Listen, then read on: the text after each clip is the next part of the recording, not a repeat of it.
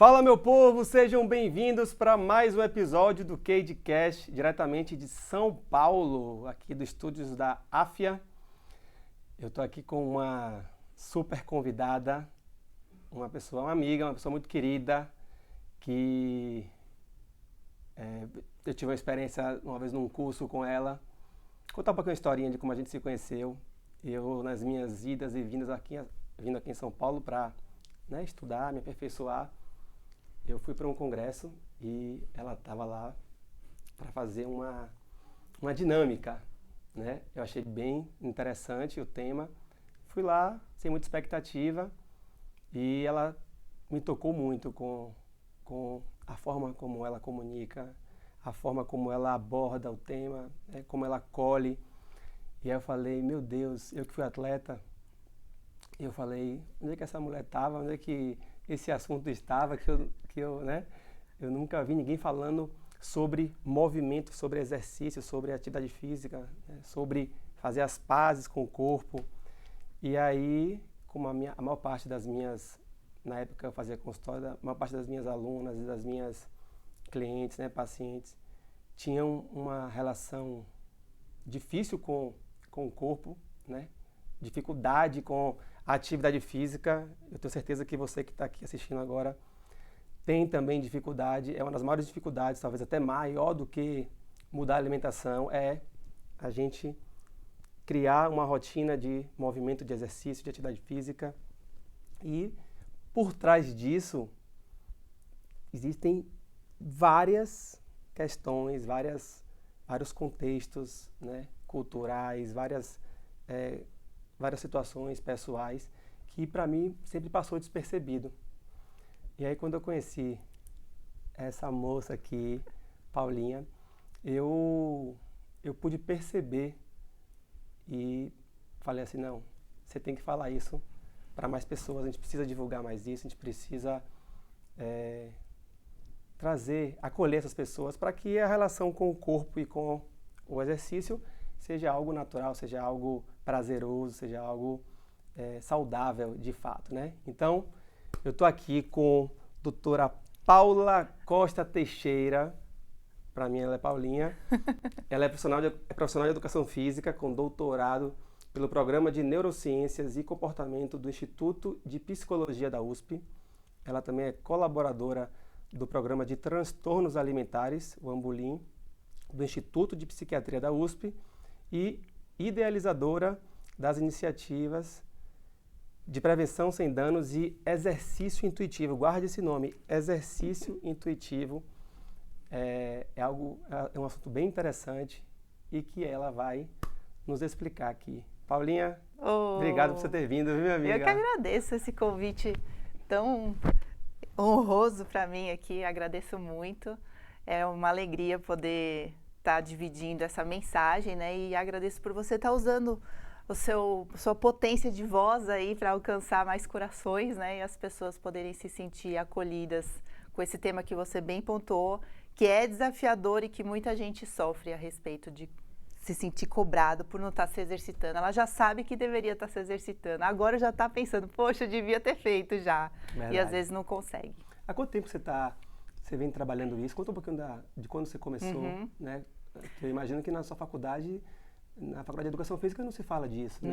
Não. Você se diferenciou bastante aí. Sim, quando eu estava na faculdade, não pensava que a minha carreira ia levar esse caminho, né?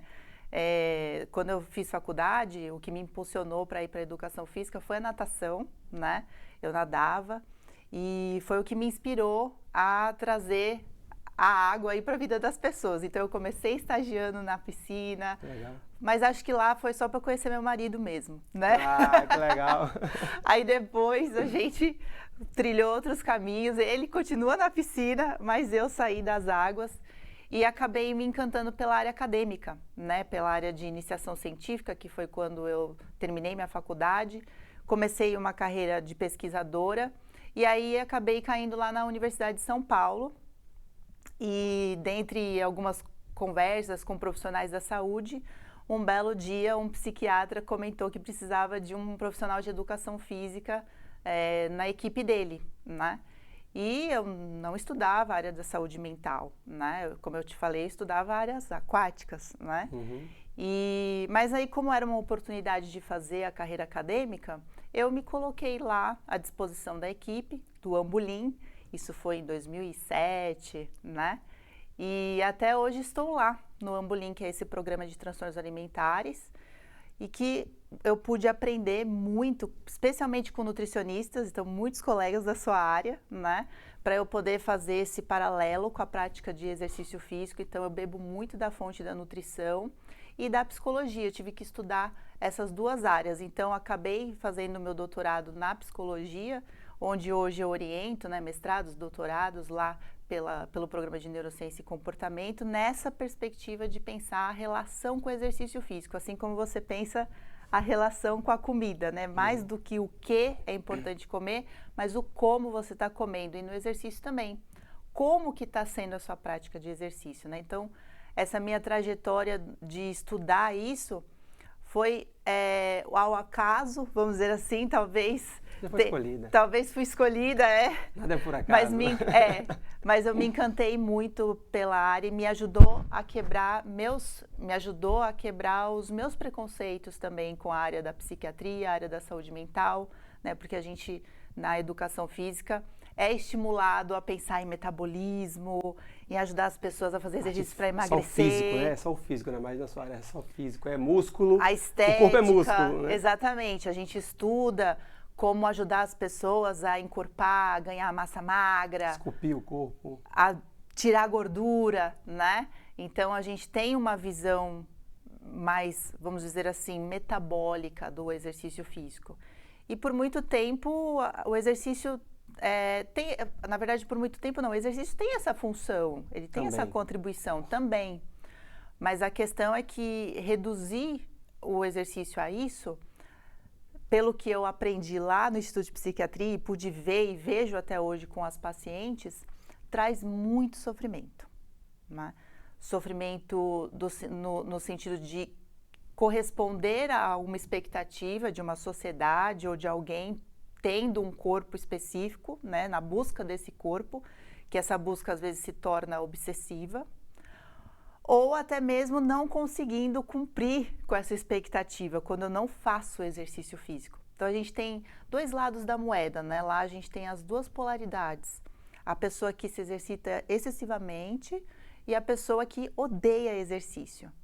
E a gente vê algumas nuances dessas polarizações que já são quadros diagnosticados, né, porque estão lá em tratamento, na população, na sociedade, né, porque as pessoas se cobram muito em relação a o que eu deveria estar fazendo em relação à minha saúde, para cuidar da minha saúde, e às vezes essa cobrança gera um sofrimento que ela nem tem consciência de que aquilo está atrapalhando a vida dela, às vezes, sabe? E é muito difícil de mensurar. Eu não sei se você tem algum número, algum dado estatístico, porque isso é uma coisa muito íntima, né? É muito escondido, é disfarçado. Exatamente. Poucas pessoas falam sobre isso, né? Você falou um termo que sinônimo de um que eu uso bastante, que é silencioso, né? Muita gente até vê alguns comportamentos de você se exercitar com regularidade ou você ser muito disciplinado como algo bom, né? E as pessoas que são assim recebem reforços positivos o tempo inteiro. No entanto, muitas pessoas, não estou generalizando, né? Mas algumas dessas pessoas, elas estão escondendo um sofrimento. Então, essas pessoas, elas se identificam assim, por exemplo, se eu não precisasse fazer tudo isso, eu não faria. Ela não faz pelo prazer, como você falou no começo, né? Pela alegria de estar em contato com o corpo dela, com o movimento. Na verdade, ela nem gosta do corpo dela, né? Na verdade, ela está tentando se aliviar de algo, talvez de uma culpa, talvez porque ela acha que comeu algo que não deveria ter sido comido e precisa compensar as calorias. Então, essa visão de compensação, ela pode ser um problema, é pequeno, assim, num primeiro momento, mas que pode estar agregando outros comportamentos, pode estar fazendo o que a gente chama de manutenção de outros comportamentos que podem levar a um problema como o transtorno alimentar, né? Então, o transtorno alimentar, ele é um quadro que traz uma desordem na vida da pessoa em relação à alimentação, traz prejuízo, traz sofrimento, traz insatisfação com o corpo, né? A ponto de odiar esse corpo ou de querer sumir com esse corpo, né? A gente tem os quadros mais comuns, a anorexia, a bulimia e o transtorno da compulsão alimentar, que já é um diagnóstico que às vezes as pessoas até têm sobrepeso e obesidade. E a prevalência desses quadros é muito baixa na população, perto de, por exemplo, depressão, ansiedade, né? Então, percentualmente, a gente tem aí 3 a 5% girando em torno disso de prevalência. No entanto, para a pessoa fechar o diagnóstico completo, leva anos. Então, ela fica nesse silêncio, sofrendo, né? E às vezes não busca ajuda, às vezes já tem o quadro, não busca ajuda. Então, a gente chama de subnotificações, né? Existem muitos quadros que as pessoas estão aí na sociedade em sofrimento, não busca tratamento, então não entra na estatística, né? E aí a gente vê vários desses comportamentos que a gente chama de transtornados, vamos dizer assim, o que está trazendo sofrimento, e não necessariamente identifica como um problema. E a pessoa vai vivendo. É muito doido essa coisa assim, de você, pra mim, né, de você não gostar do seu corpo, de você não se incomodar com isso. De onde é que vem, geralmente, essa insatisfação, Paulinha? Isso é uma coisa que você vem da sua infância? Eu sei que é complexo, mas da onde que nasce essa insatisfação com uma parte do corpo ou com o corpo? Talvez isso justifique a quantidade de harmonizações, Sim. né? De, enfim, tratamentos e terapias e coisas que são, às vezes, até muito invasivas, né? E muito agressivas, né? Sim. O Brasil ele tem esses dados estatísticos que apontam um sinal de alerta que faz com que a gente pense sobre isso e discuta mais isso.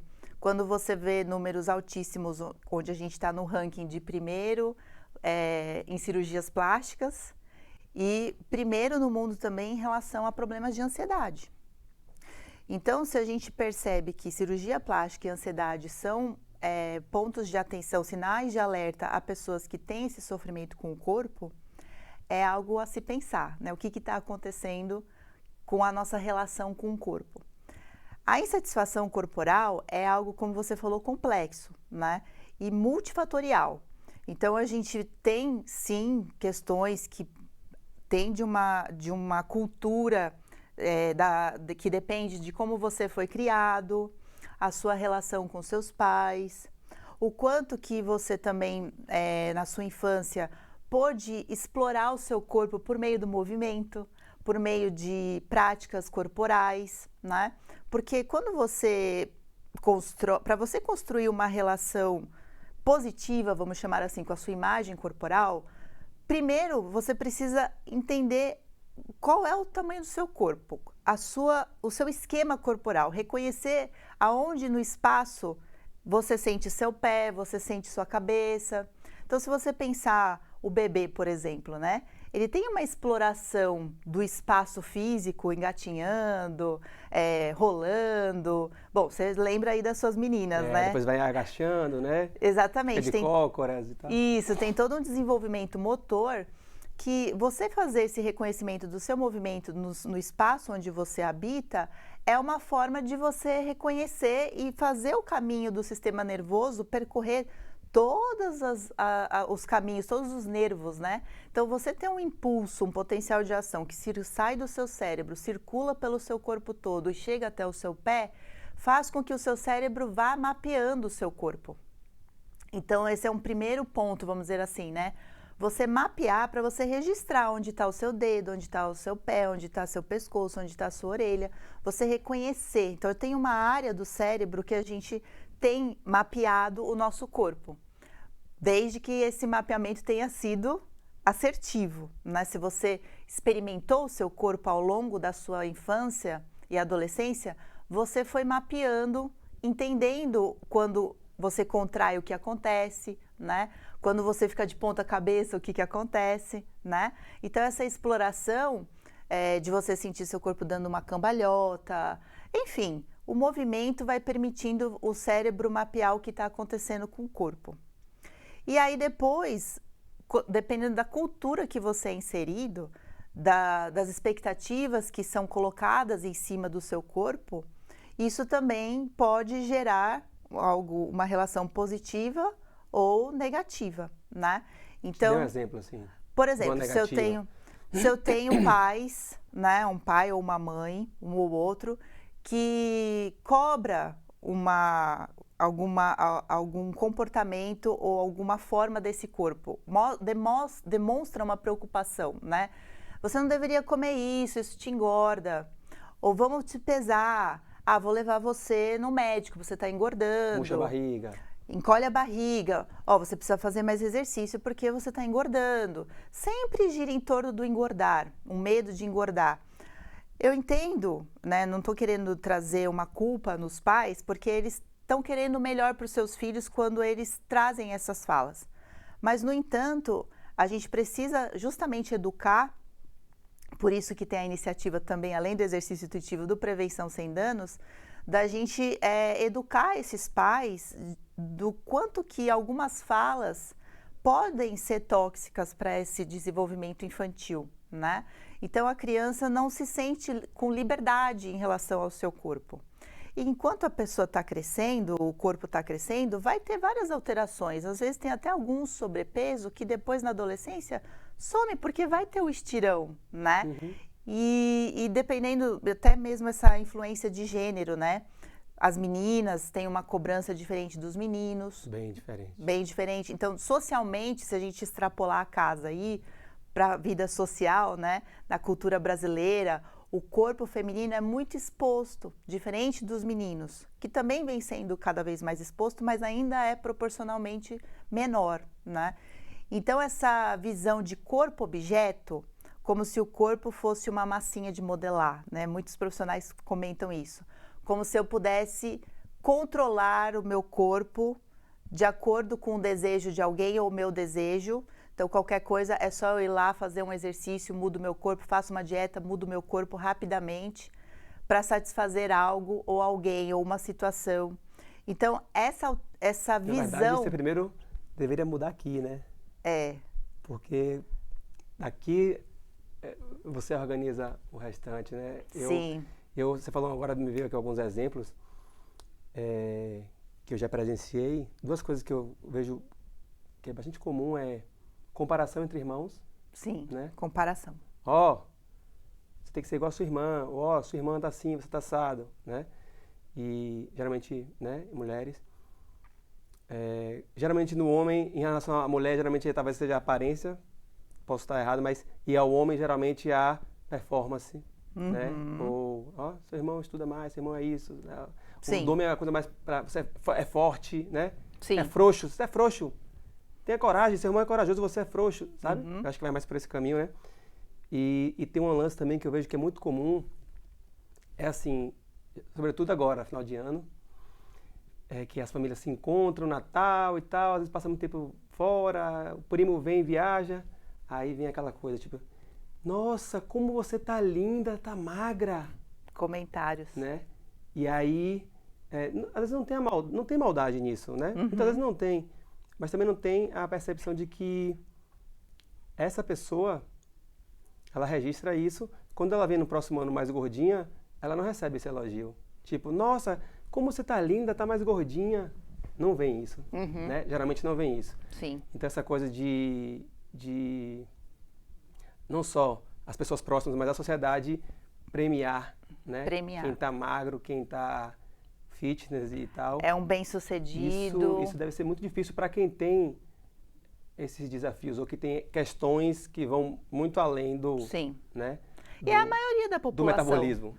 É a maioria da população que não se encaixa nesse formato, né? Onde as pessoas colocam aí um sucesso, né? Uma felicidade nesse ser.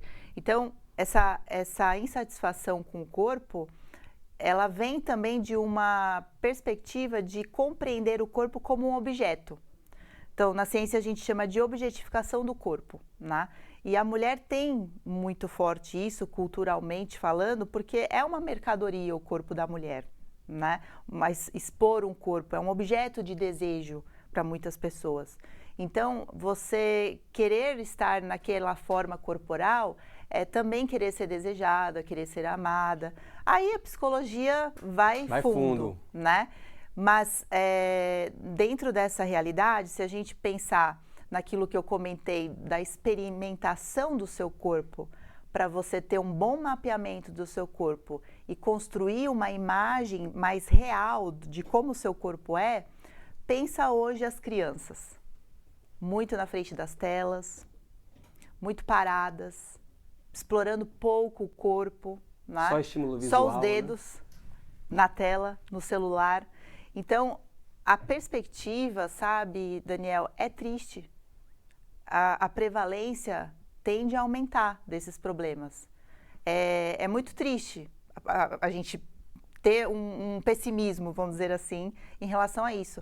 Mas, ao mesmo tempo, a boa notícia é que a gente está aqui, né, discutindo a respeito disso, você trazendo pessoas para falar mais sobre isso, e a gente acordar, fazer um despertar de que isso pode mudar, né, que a gente precisa tirar as telas da frente das crianças, permitir que elas explorem os corpos para elas poderem se desenvolver do ponto de vista motor, conseguir mapear adequadamente o corpo delas, para pelo menos esse fator de ter um componente mais, o componente perceptivo, né? Eu perceber corretamente o meu corpo, ser um fator a menos nesse multifatorial, aí, nessa multifatorialidade que é o problema com o corpo e com a comida.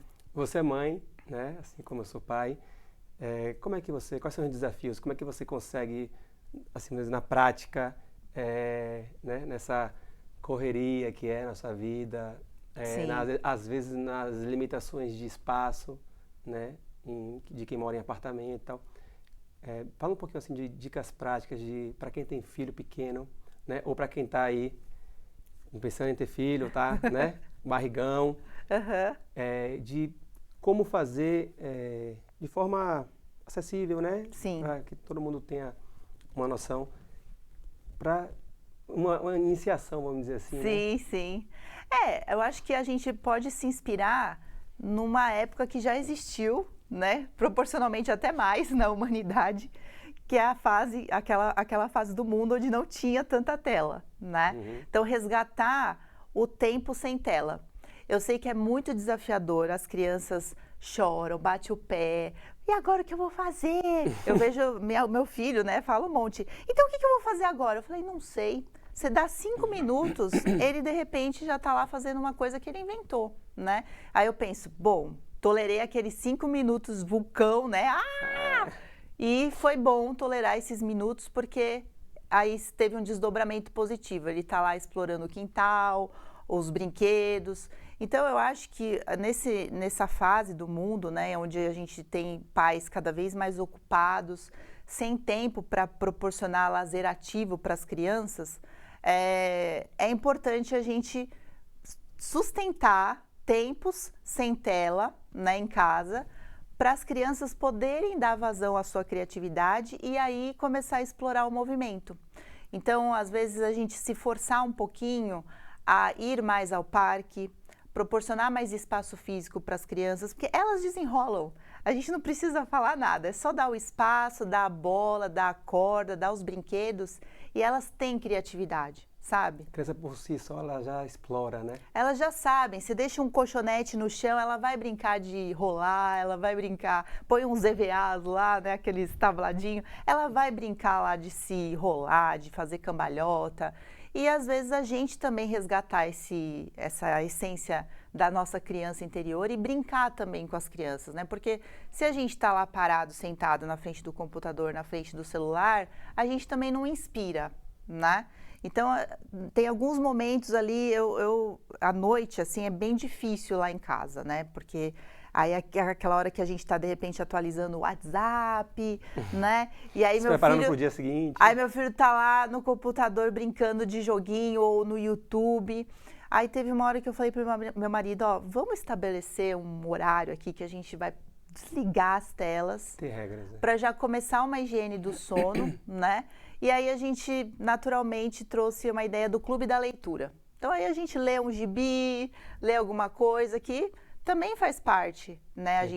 É importante, ele está numa fase escolar, mas pensando de novo na atividade física, a gente está diminuindo as oportunidades de movimento na nossa vida. Até pela tecnologia também, que nos traz muito conforto, né? É isso que ele vai perguntar, tem muito brinquedo. Eu lembro que quando as meninas nasceram, as gêmeas, aí teve aquela fase, né? Ah, vamos comprar isso, comprar aquilo. E eu fiquei abismado, assim, a quantidade de brinquedo que não permite que a criança se movimente tanto, né? Sim. Aqueles brinquedinhos que a criança fica pulando dentro de um negócio, né? Aqueles andadores que eu acho que já devem ter sido proibidos, sei lá. E coisas que gira, faz barulhinho, aperta, fica um monte de luz piscando. Eu achei aquilo bem... hiperestimulante. Então a gente excita demais o sistema nervoso. E se eu estou num corpo que ainda estou conhecendo, um sistema nervoso exacerbado, excitado demais, gera uma angústia interna, gera uma ansiedade. Porque eu não sei o que é isso. Então, quando você tem um estímulo muito forte dentro do seu corpo, né? O sistema nervoso ali acelerado por causa desse monte de luzinha, o que está acontecendo? Instintivamente vem um medo. O que é isso? O que está acontecendo com o meu corpo? Então, ao mesmo tempo que você está mapeando as informações, o corpo está reconhecendo, o cérebro está processando, falando, o que é isso? Isso é positivo ou é negativo? É ameaçador ou é para se divertir? Né? Então, esse reconhecimento passa por processamentos, a gente chama de interoceptivos, né? Então, essa interocepção, essa percepção do seu sistema nervoso, de você reconhecer, por exemplo, na área da nutrição, vocês falam muito do sinal de fome e saciedade. Se você está distraído, será que você vai escutar o sinal de saciedade? Provavelmente você vai... parar quando estiver empanzinado. Exatamente. Com aquele desconforto, né? Dor. Exatamente, é um sinal mais forte que precisa vir, porque você está distraído. Então, esse não respeito a um sinal do corpo, que às vezes é sutil, né? Esse sinal sutil, ele é perceptível se eu estiver com uma conexão boa com o meu corpo, né? E aí a gente traz essa visão do exercício intuitivo, assim como o comer intuitivo, que é um paralelo, né? Que é traçado para a gente poder entender, bom, eu estou aqui me movimentando, sinto que fadigou aqui umas partes do meu corpo. Eu continuo fazendo esse esforço ou eu respeito? Eu tenho que me superar a todo momento ou eu tenho que usar isso como um sinal de uma informação de respeito, né? Então eu gosto de brincar com a analogia assim, de que quem não gosta de ser respeitado? Quando você se sente respeitado, você não se sente bem? Às vezes, quando você se sente respeitado, você cria um vínculo com aquela pessoa que te respeita, né? Você fala, pô, lá aquela pessoa sempre me respeita, eu gosto de ir lá, eu gosto de ver aquela pessoa porque eu me sinto respeitado. Gentil, né? Exatamente. Então, quando a gente se sente respeitado, a gente fica mais disponível para aquela pessoa ou para aquele lugar onde eu me sinto acolhido. E é isso que a gente quer promover com o exercício intuitivo. Como é que você define? Isso é uma coisa que eu queria lhe perguntar, porque intuitivo vem de intuição, que é um lugar que meio que você já nasce com aquilo, né? Como é que você define? Deve me perguntar muito para você. Sim. O que é o exercício intuitivo, né? Como é que você consegue definir assim de forma resumida? Sim, tem gente que acha que é místico, né? Tipo, o que será isso? Mas não, é algo simples. Aqui a intuição, ela vem com uma definição de você reconhecer um sinal espontâneo do corpo, que você não comanda para vir. Né? Você não fala, agora estou com fome, venha sinal de fome. Não é racional, assim. Exatamente. Vem um sinal sutil, né? É o corpo sendo intuitivo com você. Ele dá uma informação. E aí, no meio do exercício, usando o exercício físico, você estar fazendo exercício e aí você está percebendo o que está acontecendo. Você está percebendo que a temperatura muda? O que acontece quando a gente está fazendo exercício? Só lembrar aí. Você sua, você fica mais quente, A temperatura ofegante. muda, ofegante, e aí você vai reconhecendo isso. E geralmente uma das coisas que afastam as pessoas de fazer exercício, né, que é o que eu escuto muito, eu odeio fazer exercício porque eu não gosto de suar, não gosto de sentir o ofegante, né? Pessoas que estão com crises, às vezes até de ansiedade, problemas ansiosos, não gostam de sentir O coração disparar, porque acha que lembra de uma crise ansiosa. Que acontece isso quando tem, né? Exatamente. Um pânico, alguma coisa assim. Exatamente. Então, a ideia da gente praticar um exercício intuitivo é uma atitude durante o exercício, não é uma modalidade, né? Isso que é legal de deixar claro, que não é uma nova modalidade, é um jeito de você praticar qualquer modalidade. Então, na hora que você está sentindo que o seu coração está batendo mais rápido, que a temperatura está mudando, que o suor até está vindo, que aquele cansaço está batendo, sabe? Às vezes, dependendo da intensidade, você pensa que vai morrer, né? Aquele, eu tenho que parar. O coração vai sair pela boca. Exatamente. Isso é natural. É natural. É como um bebê também. Eu fiquei viajando na segunda gestação, né, das meninas. E aí, para mim, vem muito forte essa coisa do intuitivo. É que se você for reparar um grupo de bebês de diferentes lugares, com a mesma idade ali, numa faixa parecida, você vai ver que eles se levantam praticamente da mesma forma, né? É o mesmo movimento, eles agacham da mesma forma, eles ficam de cócoras com relativamente um conforto. Sim. Né? E você não fala assim, bota o pé esquerdo na frente do direito, é intuitivo. A criança, ela faz o 4 apoios, né? E aí ele levanta, agacha, e aí depois, em que momento que a gente perde isso, né? Exatamente. Por que é tão difícil depois agachar? A gente vê uma criança fazendo agachamento, ela está agachada para pegar um brinquedo, ela não abaixa a coluna e força a lombar, ela agacha como a gente aprende na academia. Né? Fica de cócoras quase ali, com a né? coluna ereta. Então, aí eu já lhe pergunto, em que momento que a gente desprograma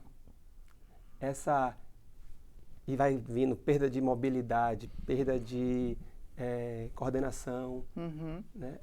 Talvez já seja bem recente por conta das telas, você falou, Exatamente. Né? Essa espontaneidade, né? A gente está perdendo essa espontaneidade de gostar do movimento.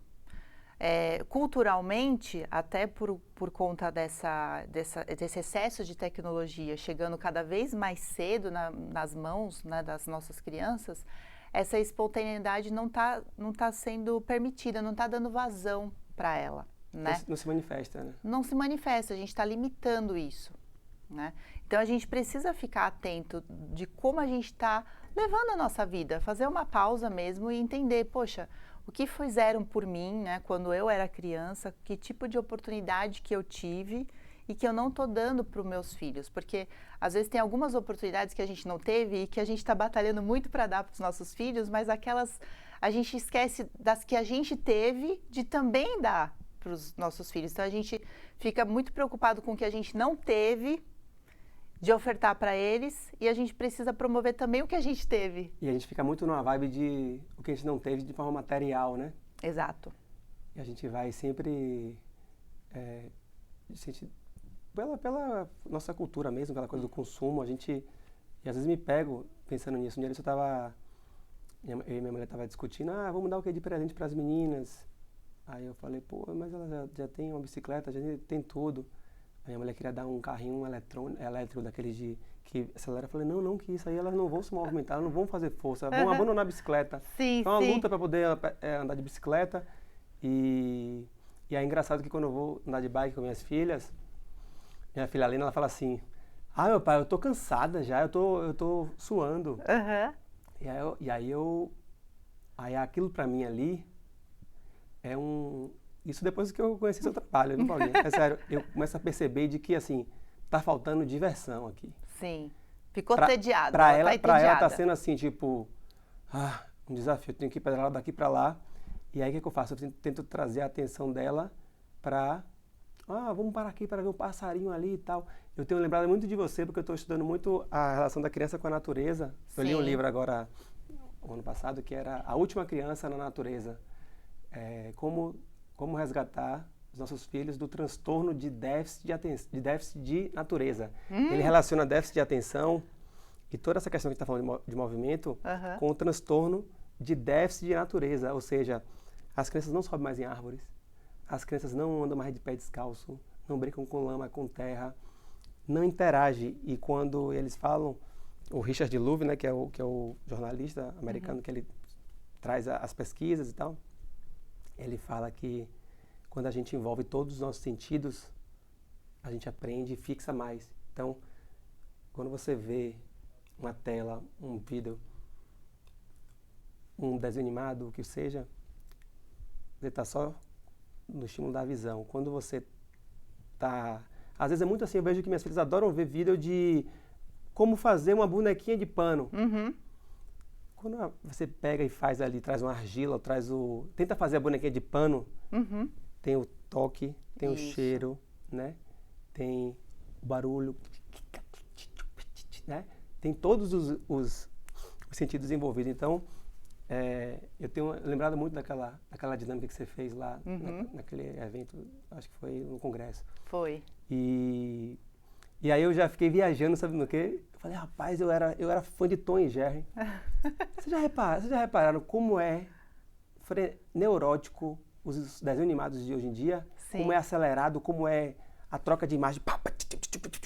Muito estimulante. E aí, se você for olhar o desenho animado da nossa época... Mais paradinho. Não tinha nem som o Tom e Jerry, né? Quase, não tinha nem fala, eles não conversavam. E não era ansioso, entendeu? Então, olha só quantas coisas a gente está pontuando aqui, né? Diga pra Ivete botar a música dela e pular que nem pipoca com as crianças. Não, mas a gente faz muito isso. E as meninas, elas adoram dublar. Ai. Adoram dublar. Então. Lá em casa é uma festa, né? Tem um estúdio. Agora eu tô começando a levar para tocar. Tocar percussão. Olha a coordenação motora. Muito forte. E aí eu tenho percebido que é um momento grande de diversão. Porque, eu vou lhe falar, eu tenho uma hora que eu também falo assim, poxa, um filminho agora. Uma horinha de filme agora para eu respirar um pouquinho. Quando bate ali às 5 horas da tarde. Sim, mas é necessário, faz parte também. Eu libero uma horinha ali, né? Eu vou tentando, né, acertar e ver qual é o limite para também não ser radical, né? Claro, aí que vem também as virtudes, que são os temperos que a gente usa quando a gente vai treinar essa atitude de ser mais intuitivo no exercício ou até mesmo na hora da alimentação, né? Você ter a virtude da moderação, né, que é o equilíbrio. Você ter a virtude também de perseverar, né? Então, na hora que você está ali pedalando, igual você deu o exemplo, né, da sua filha pedalando, ai pai, tô cansada, né? E aí você distrair, trazer de repente alguma coisa lúdica para ela continuar perseverando naquilo e também trazer naturalidade para aquele sinal do corpo. Então, eu gosto de brincar assim, falando, mas ia ser estranho se eu não cansasse, né? Porque a gente está aqui fazendo um esforço mesmo, é natural o corpo cansar. A gente para um pouquinho, descansa e aquele descanso, o corpo restaura. E aí a pessoa se surpreende quando ela para, porque ela respeitou um sinal do corpo de cansaço. E não aquela fala de, por exemplo, não, mas é assim mesmo, você tem que continuar, né? Não para, tem que ultrapassar esse cansaço. Não, cansei. Tá bom, vamos parar um pouquinho então? Você vai perceber que o corpo vai voltar a um estado de equilíbrio, diferente já do que quando você começou, porque o seu corpo está sempre se adaptando. Então, você deu um estímulo, o corpo respondeu. Caos interno, né? É a lei da física. Depois de um caos, uma nova ordem se organiza, né? Se estabelece. Então, você se adapta. Pontos de vista cardiovascular, cardiorrespiratório. Então, você tem artérias e veias mais calibradas, porque você está ali num esforço. E aí, o corpo percebeu que você respeitou. Tá bom, fui respeitado, posso oferecer um novo estímulo. E aí, você tem fôlego para continuar. Então, essa propagação da evidência de que o exercício, ele traz um um efeito cumulativo no corpo, é algo que a gente também defende muito nesse modelo do exercício intuitivo, de fazer as pessoas lembrarem que eu não preciso ficar 1 hora sustentando um desconforto, porque o exercício é desconfortável, mas eu posso modular, eu posso fazer vários circuitos, eu posso parar, restaurar em 3 minutos e ir de novo, né? E você vai se surpreendendo que de repente aqueles 3 minutos da primeira vez vai diminuindo e de repente você se vê depois de 30 segundos já recuperado para tomar mais um fôlego e fazer o seu esforço de novo, né? Então a gente põe essa qualidade no treino. Em vez de eu ficar lá, ó, você tem que ficar 1 minuto na prancha, né? Não, você pode, a gente vai cronometrar. Na hora que você precisar parar, você pode parar. Melhor, né? Exatamente. Então a pessoa se sente com o cartão da liberdade, né? Eu não vou ser julgada se eu não conseguir sustentar 1 minuto. Não, você está aqui para ser cuidada, né? Então a gente estabelece. Tem que acolher também, né? Exatamente. E aí a pessoa, com o tempo, ela mesma vai se surpreendendo, não com um tom de obrigação, de que eu tenho que conseguir fazer. Está sempre sendo desafiado, né? Exatamente. Mas do tipo curioso. Então a gente traz também evidência, o pilar da meditação durante a prática, né? Eu trilhei um caminho como meditadora também, né?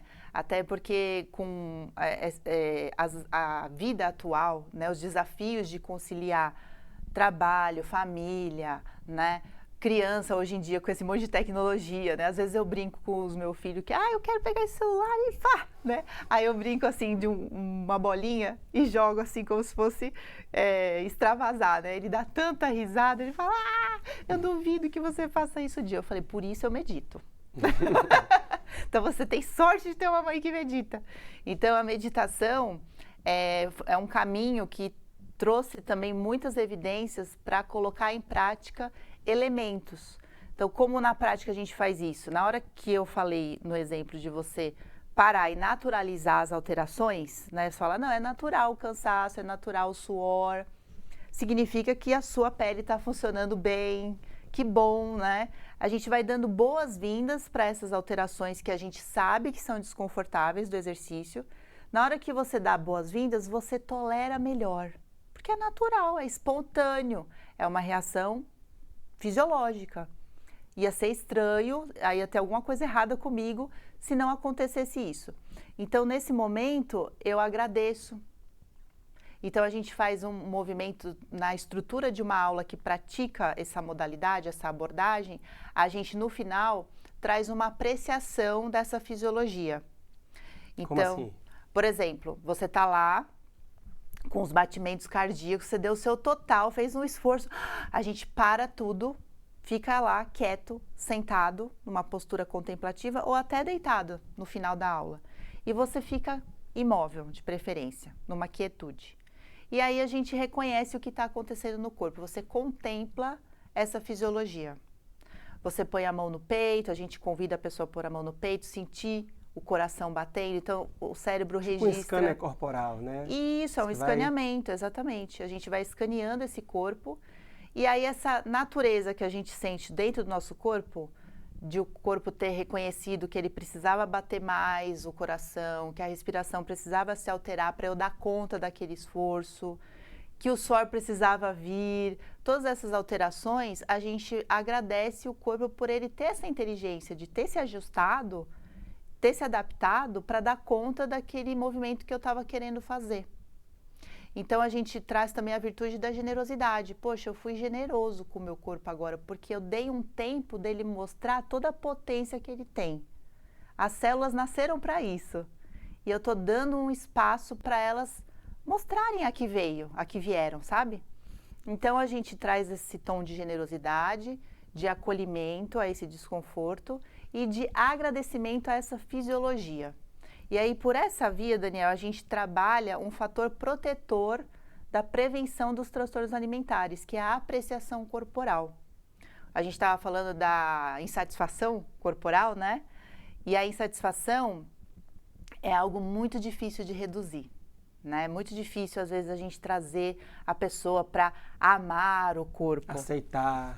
Então, a gente não trabalha com essa perspectiva de querer que a pessoa ame o seu corpo, porque ninguém ama o corpo o tempo todo, né? É aquela relação de um dia de cada vez, né? Mas se eu respeitar esse corpo, né? Se eu admirar as competências que esse corpo tem, especialmente as fisiológicas, se eu reconhecer as minhas capacidades físicas, né? Então, passa na frente informações que não são estéticas, né? Então, a gente coloca em evidência todas essas habilidades do corpo que não tem a ver com a casquinha, tem a ver com o que está lá dentro, com o funcionamento dele. E aí eu vou ganhando um vínculo com esse corpo, né? Então, eu vi ao longo, você perguntou no começo, né, da nossa conversa, como que foi a sua trajetória? Uma das coisas que eu vi na minha trajetória é que eu achava que eu ia entrar nesse campo, colocando todo mundo para pegar peso, elástico, né, E uma das coisas que eu carrego, às vezes, é lencinho de papel, porque a pessoa chora. Porque reconhece que poxa, eu não estava tratando tão bem meu corpo. É muito comum nas aulas que eu conduzo, quando eu promovo as dinâmicas, que para trazer essa atitude do exercício intuitivo, do praticante, né, de exercício intuitivo, ao final da contemplação a pessoa está emocionada. Porque nunca tinha reconhecido o corpo por essa via, entende? Ela percebe que ela muitas vezes está se punindo. Sim. Isso é difícil para muitas pessoas de entender, né? Como é que o exercício acaba sendo punitivo? Eu vejo que você fala muito isso nas redes sociais. Dê algum exemplo, assim, ou alguns exemplos de do que leva uma pessoa a fazer isso. Aquela clássica de comer muito, sim, essa é a demais, clássica. Então eu vou compensação. até... Segunda-feira é o dia mais cheio da academia, né?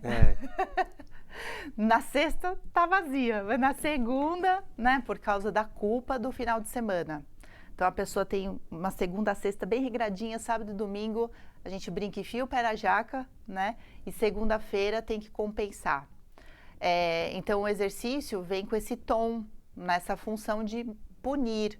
Mas não é consciente, sabe? Não é assim, eu vou fazer exercício porque eu preciso me punir. Não tem esse tom mental. Mas lá dentro, quando você puxa o fiozinho, né, quando você coloca a pessoa para refletir durante a prática dela, por que você está escolhendo fazer todas essas repetições e não parar aqui, nessa repetição? Aí a pessoa pensa. Então, a gente trabalha isso também na prática, né? Você tem ali 30 segundos finais. Então, geralmente, a minha prescrição no exercício intuitivo não é por séries e repetições, é por tempo. Então, você tem lá 2 minutos para fazer o exercício. Quando está terminando o exercício, eu comento assim, agora nesses últimos segundos, você tem de 2 a 7 repetições, por exemplo, para escolher. Quantas você vai escolher? E aí a pessoa pode tomar consciência de que ela está se punindo quando ela escolhe o 7, mesmo desrespeitando o sinal do corpo. Aí por que você escolheu o 7? Porque eu tenho que ser o melhor. Ou porque eu tenho que fazer 7. Eu tenho que fazer o máximo, né? Mas se você pudesse parar antes, você pararia em quantos? Acho que as 2 que você falou, de 2 a 7, no 2 eu já estava morrendo. E por que você não conseguiu se permitir parar no 2? Aí ela vai ter reflexões, não cabe a mim trabalhar isso. Mas ali é o momento que eu encorajo a pessoa, se ela tem um espaço terapêutico, de levar para a terapia aquela informação. Entendi. Você revela, ela enxerga. O bilhete está escrito. Entendi. Agora esse bilhete você vai trabalhar em outro lugar. Entendi. Exatamente. Não sabia. Aí ela começa a pensar e às vezes lembra de um pai que cobrava muito, de uma mãe, da comparação, né? Da cultura, alguma coisa do trabalho. Ela vai tomando, fichas caem, ela toma várias consciências, né? E ali ali já não compete a minha profissão que eu escolhi da educação física a trazer desdobramentos. Mas esse insight, né, foi o que eu aprendi muito no meu trabalho multidisciplinar, especialmente lá no Ambulim, né, onde a gente tem o privilégio de ter vários profissionais simultaneamente atuando na mesma pessoa. Então, durante a prática de movimento, cabe a mim, né, ao trabalho que eu desenvolvo ali, da equipe da educação física, levantar a bola, né? E aí o corte vem lá na psicologia para marcar o ponto, né? Então a pessoa tem que levar também, né, a informação, porque às vezes a pessoa não leva. Eu imagino que deve aparecer muitas mulheres que foram abusadas sexualmente. Sim. Como é que é? Deve ser mais complexo ainda, né? Aí é mais denso, com a coisa do corpo e... Eu diria até a maioria, viu, Daniel? É. Muitos casos, muitos casos. Infelizmente... A abordagem muda alguma coisa, assim? Como é que é? Você é informada disso pela equipe? Lá no tratamento multidisciplinar... aparece assim e você...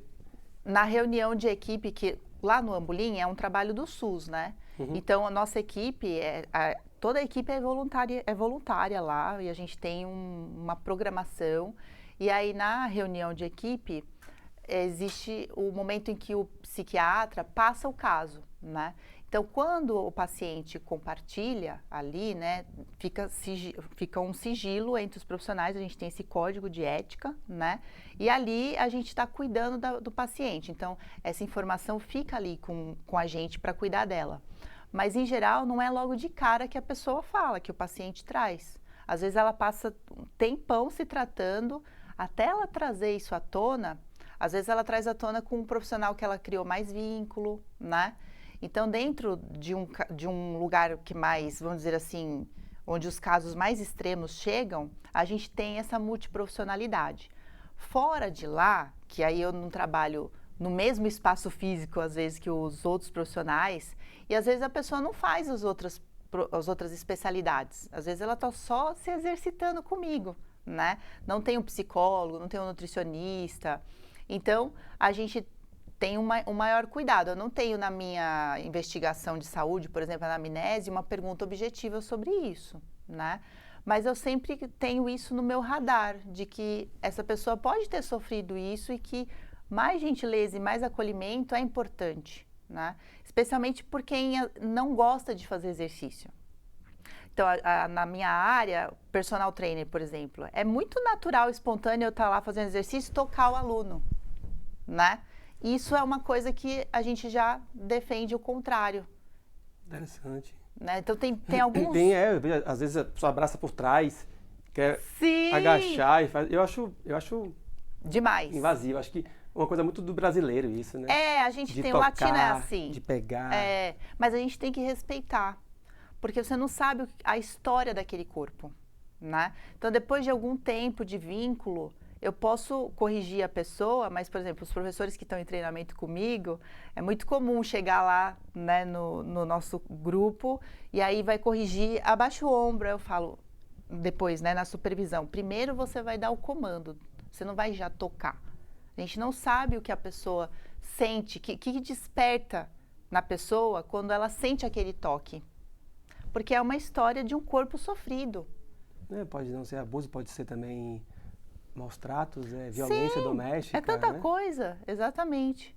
E a gente pegando um exemplo, vamos dizer, mais simples, na educação física escolar, por exemplo, né? Que é um trauma para muita gente, diga-se de passagem. Exatamente, Nossa geração, educação física era obrigatório de educação física. Ai, meu Deus, eu tenho que fazer aquilo ali, né? Ainda mais para as meninas. Eu tinha colegas que os pais iam atrás de atestado médico falso. Então.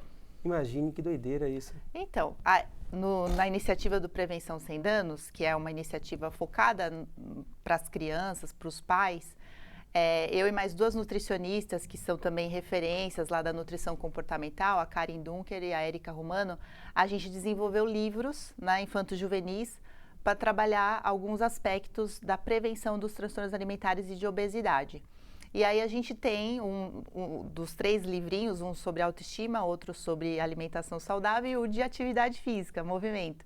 E a história de uma menina que não gostava da educação física, que levava atestado para faltar na aula de educação física, porque isso é muito comum, né? Às vezes as meninas que estão na menarca, né, começou a menstruar e aí não se sente bem com aquele corpo, no movimento como era antes. e aí põe lá atestado, não quero fazer a aula porque às vezes está com cólica. Então, a educação física escolar, sabe, Daniel, também é um foco do meu trabalho, Tem de que ajudar. dar uma ressignificada, né? Precisamos, porque ali é um espaço de exploração do corpo. E muitas vezes a gente acaba, né, o profissional de educação física acaba privilegiando quem já é habilidoso na modalidade, no esporte, e aquele que precisa ser mais estimulado, que não é tão habilidoso, a coordenação não está tão boa, não é o escolhido para o time, que aquele espaço é mais para ele. E ele acaba ficando sentado de lado, né? Então ele não se sente pertencente. Então, mais um fator, quando você me perguntou lá atrás, né? O que é essa relação com o exercício, com o movimento? Que hora que a gente perde? Porque eu não me sinto pertencente ao movimento, às tribos que se movimentam, né? Então, eu não me sinto pertencente à aula de educação física porque eu não sou boa em futebol, não sou bom em basquete, não sou boa em vôlei. Sou bom em quê, né?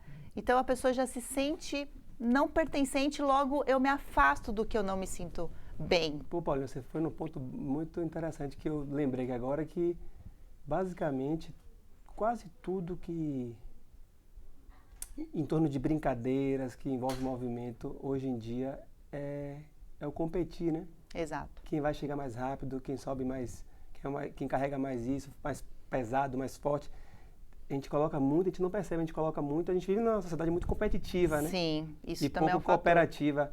E eu percebo isso, de que a gente às vezes não percebe que vai nisso, né? Às vezes até Sim. o lance de quem vai acabar primeiro o almoço, Sim. né? Quem vai, né? É o quem vai Naquela correr, comparação dos irmãos que você rápido, falou às vezes. Eu confesso assim que depois que eu abri a cabeça, né? Quando eu tive esse acesso a você, esse conhecimento, eu comecei a perceber várias coisas que eu não percebia. Por exemplo, com a minha educação com o Marcelo, por ser homem, eu desafiava muito ele. Por exemplo, eu não falei aí que estava andando de bicicleta e minha filha falou assim, a perna tá doendo, eu tô cansada. Aí eu falei, fui mais gentil com ele. Eu confesso a você que uma vez eu estava com ele eu levei ele para fazer uma trilha comigo. E aí, eu acho que eu me equivoquei no horário, estava um sol quente. Levei água, mas tem hora que ele reclamou. E aí, sabe o que foi que eu fiz? Ao invés de parar, ajudar ele, eu continuei andando. E aí, ele, por não querer ficar sozinho, ele continuou pedalando. Para te acompanhar. Para me acompanhar. E falou, me espere. Eu falei, você tem que aguentar, você tem que vir. Aquela coisa, né, do homem, do desafio. E aí ele chegou, aí lógico, diminui o ritmo, né? Mas continuei pedalando, nem olhava para trás. Aí teve uma hora que eu olhei para trás que ele sumiu, aí eu parei assim, me escondi para ele não me ver.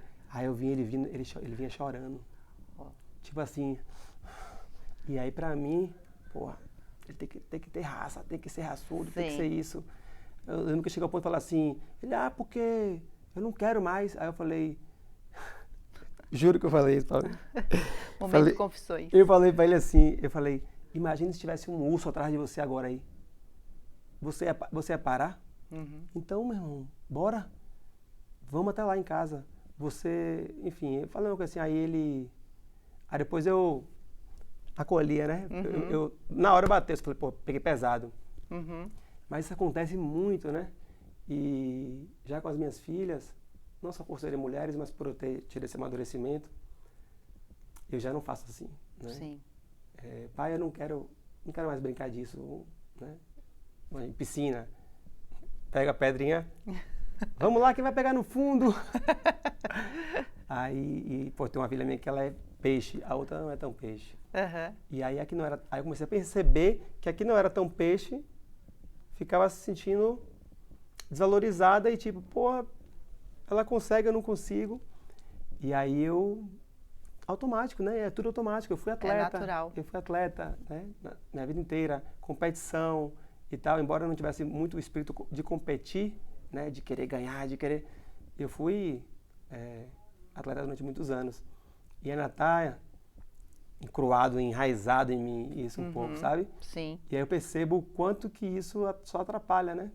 Nem tanto, sabe? Eu acho que também a gente precisa ter outra virtude que é bem importante da gente desenvolver também, que é a autocompaixão, né? Não só a compaixão pelo próximo, mas por nós mesmos, né? Então, nesse exemplo que você, de forma generosa, compartilha, né? Para a gente poder olhar e se identificar, né? Quem nunca fez essas atitudes, né? Mas será que lá na frente, né? Marcelo vai falar, pô, aquele dia lá foi importante para mim, né? Porque o que muda, sabe, Daniel, é que assim, eu sou assim o tempo todo? É o tempo todo? Toda hora eu tô na cobrança, tô ali incentivando? Não é. Tem a dose, né? É aquele, a tapa e morde e assopra, né? Assim. Uhum. Depois tem o acolhimento. Agora, pensa aquelas famílias que não têm o abraço depois. Entendi. Entendeu? Que é o tempo inteiro assim. Porque existe, né? Na época da pandemia, eu lembro que eu fiquei muito angustiada de pensar nas pacientes que eu ajudava ali no tratamento dentro do Ambulim e de muitos alunos meus também, que eu sabia que tinham sofrimento, esse sofrimento silencioso que a gente falou, né? Que às vezes nem a família sabia. Porque é muito comum a pessoa sofrer num silêncio onde nem o pai, a mãe ou o marido sabe. Isso é velado, né? E aí eles estavam dentro de casa o tempo inteiro. Às vezes dentro de casa com um abusador.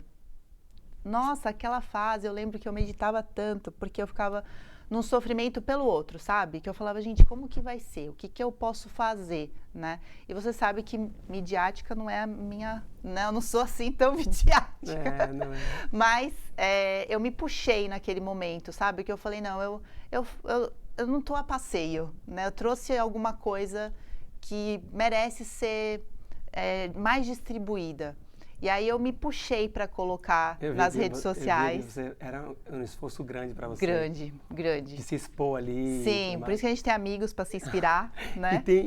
E o que é doido da rede social é que você tá ali fazendo uma coisa ali com a melhor das intenções e no início demora para você perceber de que tem gente ali que vai chegar e vai falar, cala a boca, não sei o quê. Sim. Que bobagem, ele vai querer lhe ofender. E aí, se você, por exemplo, não tem esse escudo, sim, você leva isso pro pessoal e fala assim, porra, bicho, eu tô aqui tentando ajudar, eu fiz aqui, gravei 1 hora de conteúdo, a pessoa tá ali falando da camisa que tá amassada, ou falando que, sei lá, porque eu falei uma coisa errada, meu erro de português. Sabe essas coisas? Sim, sim. A crítica, o julgamento. Ainda tá olhando só a casquinha, né? Só o superficial. Mas, enfim, quando a gente entende de que existem diferentes pessoas com diferentes níveis de consciência do lado de lá, sim. a gente não precisa agradar, não tem essa expectativa de querer agradar todos, né? Nem podemos, né? Não vamos muita ousadia nunca, nossa. Nem exatamente. Jesus, né? Nem Jesus, exatamente. Mas acho que isso, só também para pontuar isso que você falou, do escudo. Isso também é interessante a gente observar. Por que algumas pessoas se afetam tanto com aqueles comentários e outras não, né? Você trouxe o exemplo do final do ano, daquela época, né? Que você vê aqueles parentes, né? Que não vê tanto tempo. É muito comum os pacientes falarem, que eu vou ver aquela tia, aquele tio, aquele primo que sempre fala do corpo, né? Não quer ver. Então, o que será que acontece? Que tem pessoas que aquele comentário entra e machuca e afeta, e outras pessoas têm um escudo, bate e volta. Então também tem um caráter aí genético, sabe, Daniel, das pessoas terem alguns fatores que podem ser predisponentes a você ter um sofrimento a ponto de prejudicar a sua saúde, e outras não. Então a gente tem um fator genético importante, mas ao mesmo tempo a gente vê, mais uma vez, né, que esse fator genético, ele só é, vamos dizer assim, aberto, essa casinha é aberta, né? Ele se expõe, ele começa a trazer à tona algumas questões, ali, se né? manifesta, é a melhor palavra, obrigada. Ele se manifesta dependendo do ambiente, entendeu? Então, esse ambiente que nós estamos vivendo agora, com tudo isso que a gente falou, de está tirando nossas oportunidades de movimento, muita cobrança. Ambiente fechado, artificial, luz artificial. Pouca né? natureza. Não né? se expõe ao sol. Não, Exatamente. Olha, se você sentir aquela ansiedade batendo, se você está na natureza, ela se dissipa. Né? Então, tem muitas informações hiperestimulantes ao nosso redor. Do ponto de vista da comida. Muita música também, né? Muito paladar estimulado. Tudo é hiperestimulado. Realçador de sabor, né? O sistema nervoso está falando, menos, eu não estou aguentando. E aí o sistema nervoso está ficando mais do que nervoso, né? Ele está pedindo um tempo. E aí vem o burnout. Aí vem crises para te parar, ou vem uma doença. Fadiga crônica, né? Fala, chega, você não está escutando meus sinais internos, intuitivos, as minhas informações? É um grito da alma mesmo, eu vou fazer você parar. Vem depressão, entendeu? Então, a gente não está tendo um monte de gente parando a vida, deixando de trabalhar, deixando de viver oportunidades por causa de problemas muito metabólicos, como a gente já teve há décadas passadas. A gente está tendo as pessoas sendo paradas pela depressão, pela ansiedade, né? E é diferente atualmente você espontaneamente falar assim, preciso ir ao psiquiatra. É uma área da saúde muito desafiadora. Você não chega... É um tabu. É um tabu. Eu costumo dizer que a gente não chega assim no cafezinho demais, com a amiga e fala, desculpa, eu atrasei porque eu estava no psiquiatra. Você fala que atrasou porque estava no ortopedista, porque eu estava, né, no ginecologista. Enfim, Então, esse tratamento da alma... Ela até passa assim, tô me cuidando, né? Pô, tô me cuidando, exatamente. Tem nutricionista. Ela tem nutricionista, ele tem nutricionista. A gente precisa dessa área, que é o médico das emoções. Eu achei muito legal você trazer a coisa do ambiente, Paulinha, porque teve uma coisa que você falou lá naquela... Olha quanta coisa, aquele encontro ali me despertou. Eu percebo que muitas das minhas pacientes, na época que eu estava no consultório, uns 13 anos que eu atendi, eu percebi, assim, que o problema, às vezes, não era nem o exercício, a atividade, mas era o ambiente tóxico que elas procuravam. Muitas academias, pelo menos lá em Salvador, acho que isso é modo geral, né? Muitas academias, elas têm, além de ter aquela coisa do espelho, né? Espelho para todo lado, que é uma coisa que desconcentra. Uma época eu treinei em box de crossfit e em outras academias que não tem muito espelho, ou que não tem espelho, e eu percebi que eu me conectava e me concentrava muito mais com a execução do exercício, que eu não ficava olhando para o espelho para tentar corrigir, e que isso era, eu sentia, eu fechava o olho, eu me concentrava. E eu vejo o quanto que esses ambientes de academia, não todas, mas é narcisista, essa coisa do culto ao corpo, né? A pessoa, se chega ali, que está com excesso de peso, ela não se sente que pertence àquele ambiente, ela sente um peixe fora d'água, às vezes ela sente até mal, né? Ver a musa fitness passando ali e ela... Lembra do não pertencimento? Envergonhada, né? Então, você não acha que também o ambiente que as pessoas procuram, ou o ambiente... Isso tem mudado, né? Mas o ambiente das academias, de modo geral, contribuem para também esse afastamento, ou essa dedo na ferida, de tipo assim, ó, como você tá gorda. Ó. Sim, com certeza.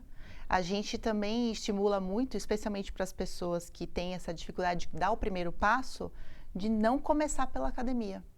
Ou até mesmo quando a pessoa está pegando aí a pessoa que está em tratamento mesmo, né, como a gente vem falando aqui também, está no tratamento, quando ela vai retomar o exercício físico, que o médico falou está liberado para voltar a fazer exercício, a gente não encoraja ela a começar na academia. E aquela balança do lado do bebedouro, isso é clássico, né? Exatamente. Você vai na academia, muitas eu vejo isso, o bebedouro, e a balança. Uma balançona assim, e aí... Por que não deixa o aparelho de medir pressão arterial lá do lado, né? Não tem, mas tem a balança. Então, por que a balança... A rigidez, né? O controle ali em cima do Exatamente. Corpo, né? Quanto foi que eu derreti aqui, quanto foi o tapago. E às vezes só desidratou. Isso, né? Acha que está perdendo peso, mas só desidratou ali. O tapago também, que é uma coisa clássica, né? Um dia eu vi uma neurocientista falando, parem de falar tapago. Esse tapago é terrível. porque seu cérebro não gosta disso. O tá pago foi ruim, né, foi uma obrigação. Uma obrigação. Aí como que a gente vai trazer o lazer ativo? Como que eu vou ajudar a pessoa a encarar que na hora que ela vai descansar, ela tem que ir ao parque, se movimentar e não ficar assistindo série no sofá? Se o exercício, o movimento é algo que eu tenho que pagar, entendeu? Eu preciso trabalhar. É mais uma dívida, né? É mais uma dívida. Já com começo endividado. Exatamente, dívida eu não quero, né? Eu não quero entrar em contato com algo que eu estou devendo, é chato.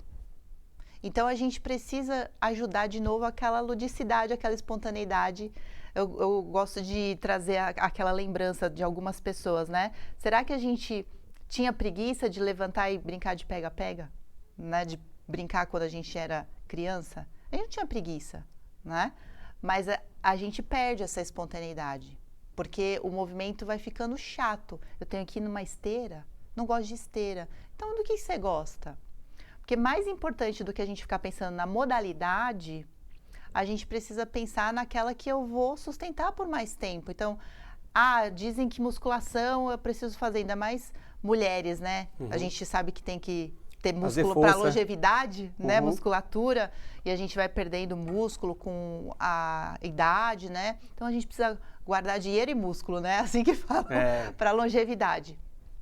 Mas se você nunca gostou de exercício, você tolerar uma musculação, por exemplo, se você nunca gostou, logo de cara, vamos criar o hábito. Né? Tem que ter um... Isso, tem que ter uma transição. Às vezes as pessoas escrevem as coisas na pedra, né? Eu gosto de natação, então para sempre nadarei. Não, de repente, assim como eu já gostei de roxo, agora eu gosto de verde, né? Um dia você gostou de uma modalidade, agora não faz mais sentido, né? Eu lembro que eu pedalava muito, já trabalhei até pedalando em São Paulo. Pensa, eu passava entre os carros, eu era louca. Sério? Aí, tive um filho. A bicicleta ficou lá, eu não tive mais coragem. E não foi assim, agora eu virei mãe, não pedalo mais. Foi natural. De repente, eu não tinha mais... mesmo, né? De repente, eu não faz tava sentido mais. Você se arriscar tanto, né? Pra quê? Agora, assim, eu tenho uma responsabilidade a mais. É espontâneo. Então, a pedalar... Nasce uma mãe, né? Nasce um filho, nasce uma mãe. Pedalar talvez não faz mais sentido. Aí eu mudei a prática, sabe? Então, a gente precisa ter... Isso também é intuitivo. Eu estou em sintonia, estou percebendo que aquela modalidade, eu estou me puxando, mas ela não está mais fazendo sentido na minha vida, de repente eu troco. E isso também até para as pessoas que estão sempre naquele interesse de buscar uma mudança de peso, porque eu não invalido, sabe, Daniel? Eu entendo que tem pessoas que precisam mesmo mudar o seu peso corporal, mas no ranking a questão eu não preciso primeiro mudar meu peso corporal. Isso pode estar ali no terceiro, quarto lugar, pode ser uma consequência de vários ajustes no estilo de vida dessa pessoa, mas um ajuste de cada vez, né? E aí, se mudar de peso é algo que é importante, porque eu tenho uma obesidade significativa que me atrapalha, né, que me prejudica, variar o exercício também é algo importante, porque o corpo adora automatizar as coisas, né? O corpo gosta de automatizar, ele automatiza para eu gastar menos energia. O corpo está sempre fazendo isso por nós. Ele é instinto de sobrevivência, né? Exato. Para ele é uma ameaça, né? Uma fisiologia. E eu vou lutar. Agora, se eu entendo isso, eu não preciso ficar lutando, eu vou cooperar. Por isso que tem que variar o treino, né? Às vezes, na mesma modalidade, a gente varia o treino. Mas eu posso também colocar uma nova modalidade. Aprender algo novo para ser interessante. Sim, algo mais lúdico, algo que você também gaste calorias e se divirta. O que eu acho mais interessante dessa sua abordagem, Paulinha, e mais inteligente, é que você traz uma coisa que é difícil hoje em dia, que é o protagonismo. Você traz o indivíduo para o protagonismo, tipo, e desse acolhimento, né? Esse corpo é seu, né? Não é do médico, não é do personal, não é né? Ele é seu e é o corpo que você tem, é o corpo que você vai carregar. Vamos lá, né? Vamos com gentileza. Calma, você não vai começar a correr agora, tá com o joelho assim, assado, tá com muito peso. Que tal a gente começar fazendo assim, assado? E aí, a chance de dessa pessoa não se lesionar, ou dessa pessoa, às vezes, não se frustrar, e cada vez que a pessoa se frustra e faz uma dieta, e vai para a academia, e gasta uma grana, e toma um remédio, e não consegue, e fica naquele looping, mais ela vai ficando resistente e mais ela vai tendo a ideia de que não, eu tenho algum defeito, eu nasci com algum defeito. Não adianta. Eu nasci com algum problema, eu sou fraca. Aí vai reforçando negativamente. Eu sou isso, eu sou feia, eu sou incapaz, eu sou... E aí a comida acaba sendo, às vezes, o único consolo, né? Sim. E aí pronto, aí não de sai afogar disso. as mágoas, é um ciclo mesmo. Deprime, né? Então... Sim, exatamente. E aí que vem esse momento de a gente pensar, bom, se eu programei que essa semana eu vou fazer 3 vezes por semana o meu treino, e aí aconteceu um monte de coisa que o primeiro dia... né? Poxa, tá vendo? Então nem vou no próximo. Não, é um dia de cada vez, sabe? Amanhã é um novo dia, eu tento de novo. Então a gente traz flexibilidade, menos rigidez. Sempre vamos trazer metas que tem o mínimo e o máximo, né? É entre 2 e 5, é entre 3 e 4, não 3, não 2, né? Porque eu tenho um coringa. Se não deu certo tal dia, eu tenho outro dia para tentar. Porque a gente já tem tanta coisa na vida que não dá para ser flexível, né?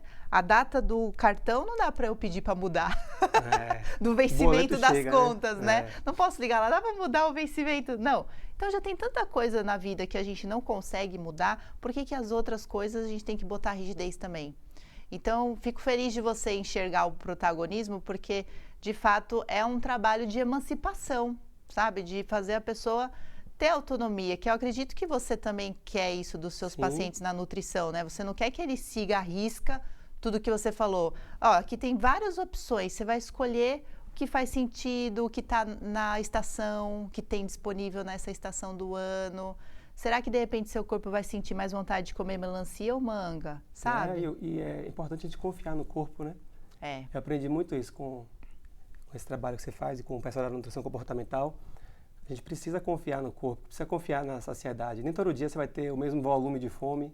Sim. Né? Nem todo dia você vai estar com tanta sede ou tão disposto a fazer exercício. Não preciso comer tudo que está no prato se eu coloquei, às vezes eu errei. Então, assim, tratar o corpo com mais gentileza e aprender também, né, assim, os princípios. Eu acho que o caminho é esse, é dar autonomia para as pessoas poderem ser livres, escolherem e poder explorar isso aqui, né, que é uma coisa maravilhosa, o corpo. Viver o corpo. Eu já trabalhei com atletas paralímpicos que têm algumas limitações e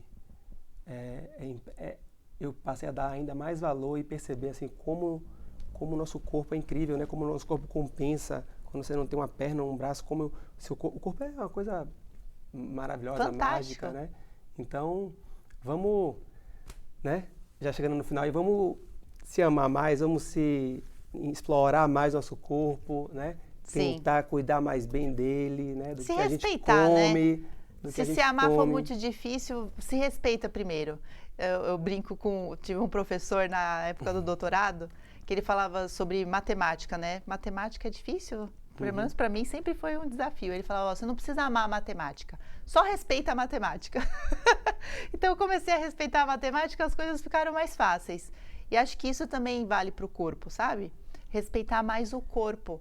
Porque às vezes você fala, dizem que eu tenho que amar, mas amar algo que é desconfortável para você não é fácil, né? Então só trabalha o respeito, dá foco no respeito que as coisas se surpreendem assim ao longo do processo, sabe? Massa. Paulinha, queria lhe agradecer, minha amiga. Oh, eu que te agradeço. Foi maravilhoso aqui, tirei várias dúvidas. Eu acho que vocês devem ter gostado também, porque eu tentei trazer aqui, a gente trouxe vários pontos, né, de coisas que estão no nosso dia a dia, né? Todo mundo sabe que é importante praticar atividade física, todo mundo sabe que é um dos pilares da saúde, mas calma, respira, não precisa ser da noite para o dia essa mudança, não precisa ser com dor, não precisa ser começar com o mais difícil, né? Então, comece agora fazendo o melhor que você pode. Enquanto você não tem condições melhores de fazer melhor ainda, procure um profissional, né? E se você procurou um profissional e esse profissional foi na contramão do que a gente acredita que é um caminho mais equilibrado ou do que você sentiu, procura uma outra pessoa, procura um outro ambiente, uma outra atividade. Só não deixe de explorar o seu corpo, né? De você também conhecer novas pessoas, porque o exercício também você acaba socializando, né? Você acaba conhecendo pessoas que têm mais ainda sede por vida, né? Por saúde. Eu acho que a gente é muito influenciado pelas pessoas, né? E pelos ambientes. Então, eu tenho hoje, graças a Deus, eu tenho amigos que me chamam para poder pedalar, para poder mergulhar, nadar, para poder fazer algum exercício, né? Não é só amigos que chamam para barzinho, para beber, para farra. Então, é muito interessante também você ter a companhia de pessoas que já fazem exercício, né? E em grupo, às vezes, acaba sendo mais fácil, né? Você acaba tendo o estímulo, né, da amiga, do amigo. Então, procure pessoas que já estão nesse processo, mas que não façam disso uma cobrança absurda. E vamos, né, viver na vida nesse equilíbrio, um pouquinho aqui na alimentação, um pouquinho aqui no exercício. E vai ser mais leve, né, minha amiga? Sim, uma vida mais leve a gente merece, né? Com certeza. Obrigada, Daniel. Parabéns pelo seu trabalho também, viu? Sigam a Paulinha, seu arroba, você tem dois. Exercício intuitivo. O do exercício intuitivo é arroba... Exercício intuitivo. Tudo junto. Tudo junto. E o outro é arroba prevenção.sem.danos e o prevenção sem o tio e o C cedilha, né? Prevencal. Você falou muito do Ambolim. Existe a possibilidade de alguém, né, aqui em São Paulo, que é aqui em São Paulo, procurar ajuda lá? Como é que a pessoa faz? O Instagram do Ambolim é ambolim.ipq, o site do Ambolim é ambolim.org.br e lá tem um lugar, né, tem um campo onde a pessoa pode preencher algumas perguntas caso ela sinta que precisa de tratamento. A gente tem uma lista de espera e não é só de São Paulo, não. O Ambolim acolhe o Brasil inteiro, né? O SUS tem um trabalho muito bonito lá, viva o SUS. Né? Legal, queria parabenizar essa turma do Ambolim aí que Sim. Eu só ouço elogios, uma vez você já me falou. Sim, Marley, com certeza. A Marley Alvarenga, que é a nutricionista, né, idealizadora, uma da nutrição comportamental, nasceu lá, né, desse trabalho, nasceu lá do Ambolim. E a gente tem muito orgulho do trabalho que a gente faz lá, a gente ajuda muitas pessoas do Brasil todo. Às vezes não tem vaga para todo mundo, mas a gente está lá sempre batalhando para conseguir ajudar minimamente quem a gente alcança. Tem algum projeto para 2025, algum livro, alguma coisa que você queira divulgar ainda? Oh, meu Deus, deixa no segredo. Quando tiver publicado, quando as coisas estiverem expostas, aí você me convida de novo. Eu falo, Pronto. Daniel... Conte comigo.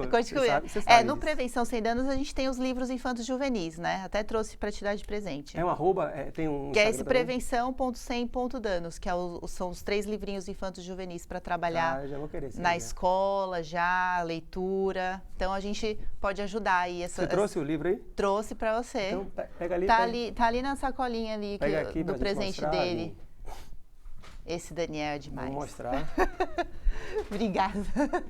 Eu já vou levar isso lá para a escola. Eu trouxe um para a escola e para você. Que lindo. Ó. Deixa eu abrir aqui.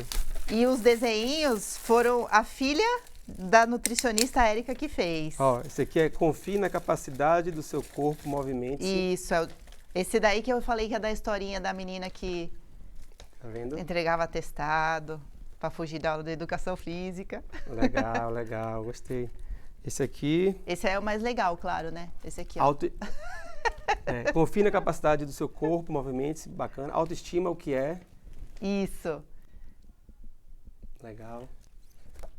Que é dos fatores adorei o desenho. Precisa ser de prevenção também, de transtorno alimentar. Ó, muito bacana também. Confie em você e nas suas escolhas alimentares. Esse é o que você vai gostar mais da nutrição. Eu gosto de todos, porque eu gosto dessa mistura mesmo, dessa integração, sabe? Eu acho que não dá pra gente ficar vendo as coisas separadas, não. Precisamos ser mais interdisciplinares. Não tem mais cabimento, sabe? Sim. Tem que estar falando de tudo ou integrado. Ou a gente integra, senão a gente desintegra. Estamos nesse momento do mundo. Obrigada mais uma vez, Daniel. Pessoal, espero que vocês tenham gostado. Né? Eu adorei, é um papo que me interessa muito, né? Para quem tem filhos, né? Eu acho que é um ponto certeiro aí onde a gente deve investir. mais atenção e mais conhecimento, né? Então, espero que vocês tenham gostado. Segue a Paulinha e a gente se vê aí na próxima, se Deus quiser. Tchau, tchau.